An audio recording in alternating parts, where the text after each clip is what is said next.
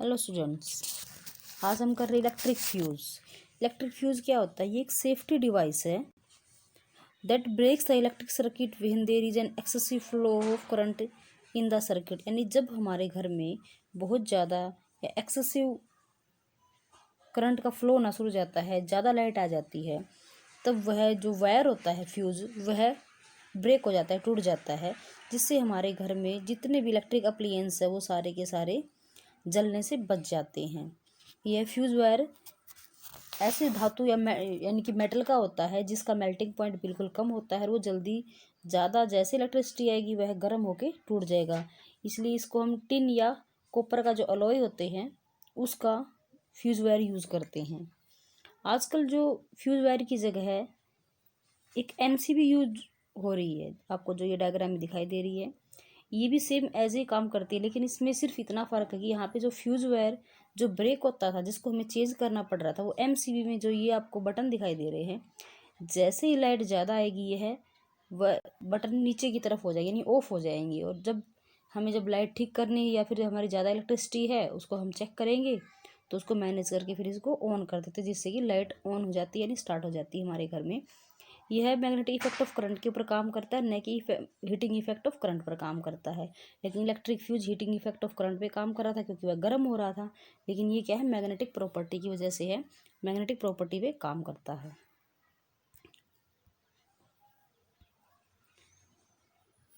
फिर ये जो फ्यूज होता है ये किस सिचुएशन में ब्रेक होता है? तो शॉर्ट सर्किट या फिर ओवरलोडिंग।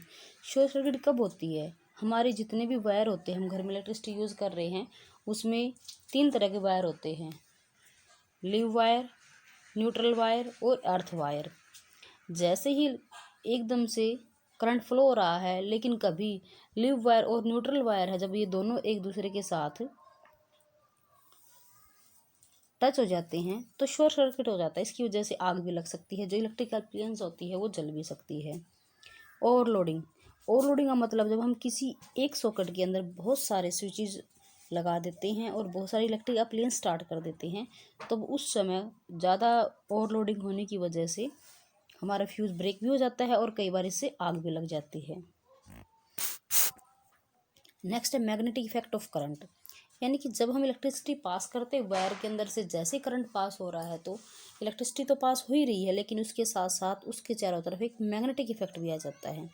इसको प्रूव किया था सबसे पहले एक साइंटिस्ट थे, हैंस क्रिस्टिन ओस्टेड ने। उन्होंने क्या देखा कि इलेक्ट्रिसिटी पास हो रही थी कहीं से, उसके पास नज़दीक एक मैग्नेटिक कंपास रखी हुई थी। उन्होंने देखा जो निडल थी ना उसके अंदर कुछ रिफ्लेक्शन आ रहा है, यानी कि वह अपनी ओरिजिनल पोजीशन में जा रही है, नॉर्थ साउथ डायरेक्शन जो वो शो करती है।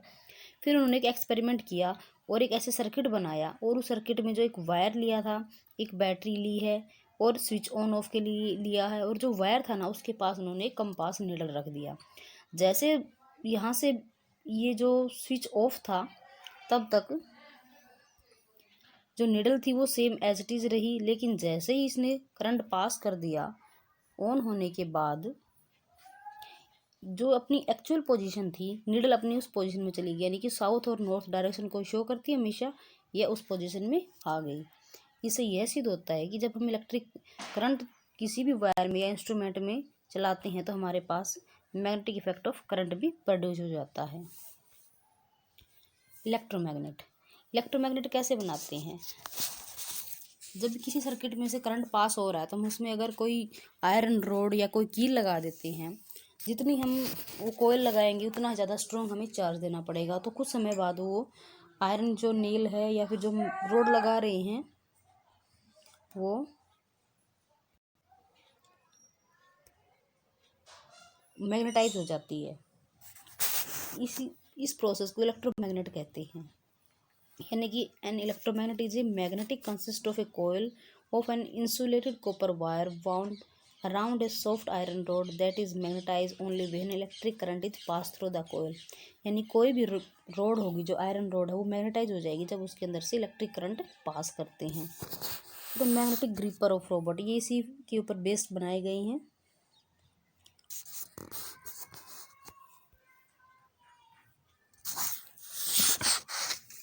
इसमें जो मैग्नेटिक ग्रिपर्स होते हैं वो दो तरह के होते हैं। एक ऐसे ग्रिपर होते हैं जिनको हम इलेक्ट्रोमैग्नेट कहते हैं, या दूसरे परमानेंट मैग्नेट। परमानेंट मैग्नेट वो जो हमेशा हमारे पास मैग्नेट होता है जिसको हम प्राप्त करते हैं किसी माइन वगैरह से, और इलेक्ट्रोमैग्नेट जिसको हम बनाते हैं, मैग्नेटाइज करते हैं। इनका जो प्रयोग होता है वो किसी है, इस मैग्नेट का प्रयोग किसी भी जो ढेर होता है जिसके अंदर आयरन्स या फिर काफ़ी और मेटल भी मिले होते हैं उनको अलग करने के लिए इसका काम में लिया जाता है। नेक्स्ट है electric bell. An electric bell on the principle of magnetic effect of electric current, it consist of an electromagnet. यानी कि यह मैग्नेटिक इफेक्ट ऑफ करंट के ऊपर काम करती है और इसके अंदर इलेक्ट्रोमैग्नेट होता है। पहले इसमें देखिए अभी हम क्या क्या यूज़ करते हैं। इसमें एक यू शेप मैग्नेट ले रखा है जिसके ऊपर ये आयरन की जो हमारे पास वायर थी इसको कोयल बना गया, इसके चारों तरफ ये लपेट बाउंड किए गए, लपेटे गए हैं ये वायर। यहाँ पर हमने सेल यूज़ कर रखे हैं। फिर इसके साथ में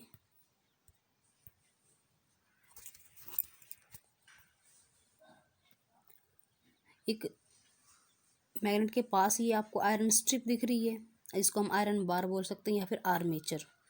यहाँ पर एक स्क्रू लगा हुआ है और इस आर्मेचर के ऊपर की तरफ हमर के साथ ही मेटल गोंग जो कि साउंड करता है जिससे हमें बेल सुनाई देती है। और इसके नीचे की तरफ ये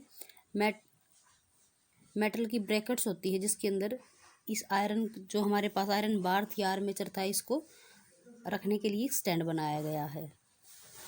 ये फ्लैट होती है।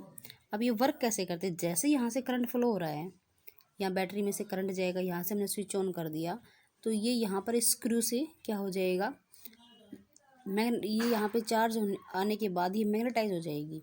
और यहाँ पे मैग्नेट लगा हुआ है तो जैसे यहाँ से मैग्नेट आएगा तो ये इसकी तरफ ये ज़्यादा मैग्नेटाइज हो जाएगी, इससे कि जो आयरन स्ट्रिप है ये अपनी तरफ खींच लेगा। और यहाँ से जो ये पॉइंट ई के ऊपर है कॉन्टैक्ट स्क्रू, ये यहाँ से हट जाएगा। जैसे ये हटेगा ये आयरन स्ट्रिप इस मैग्नेट की तरफ आ जाएगी और मैग्नेट की तरफ आने के बाद ये जो हमर है ये इससे टकराएगा गोंग से और एकदम से साउंड आएगी जो कि हमें रिंग की तरफ सुनाई देती है। ये स्क्रू टूटने के बाद ये यहाँ से बजती रहेगी। धीरे धीरे ये जब ये काफ़ी टाइम बाद या जैसे ये हटेगा तो कुछ मिनट बाद ये यहाँ पर टकराने के बाद धीरे धीरे कम हो जाएगी साउंड और फिर वापस ये अपनी पोजीशन पे आएगी तो ये दोबारा इस कॉन्टैक्ट स्क्रू से टच में आ जाएगी। टच में आने के बाद फिर यही प्रोसेस थोड़ी देर बाद जैसे फिर यहाँ से करंट फ्लो होगा, क्योंकि यहाँ से करंट का जो ब्रेक हो जाता है करंट नहीं मिलेगा। जैसे ये दोबारा इसके साथ कांटेक्ट में आएगी दोबारा से इसको करंट मिलेगा, करंट मिलते ही फिर ये मैग्नेटाइज हो जाएगी और ये इससे अलग हो जाता है। अलग होने के बाद भी फिर ये साउंड क्रिएट करेगा और कुछ टाइम बाद ये करंट नहीं होने की वजह से धीरे धीरे ये हमारा बेल कंप्लीट होने के बाद स्लो हो जाएगा और फिर वापस अपनी पुरानी पोजीशन में आ जाता है। इस प्रकार ये इलेक्ट्रिक बेल काम करती, जो घंटी हमें सुनाई देती है वह इसी पर बेस्ड है।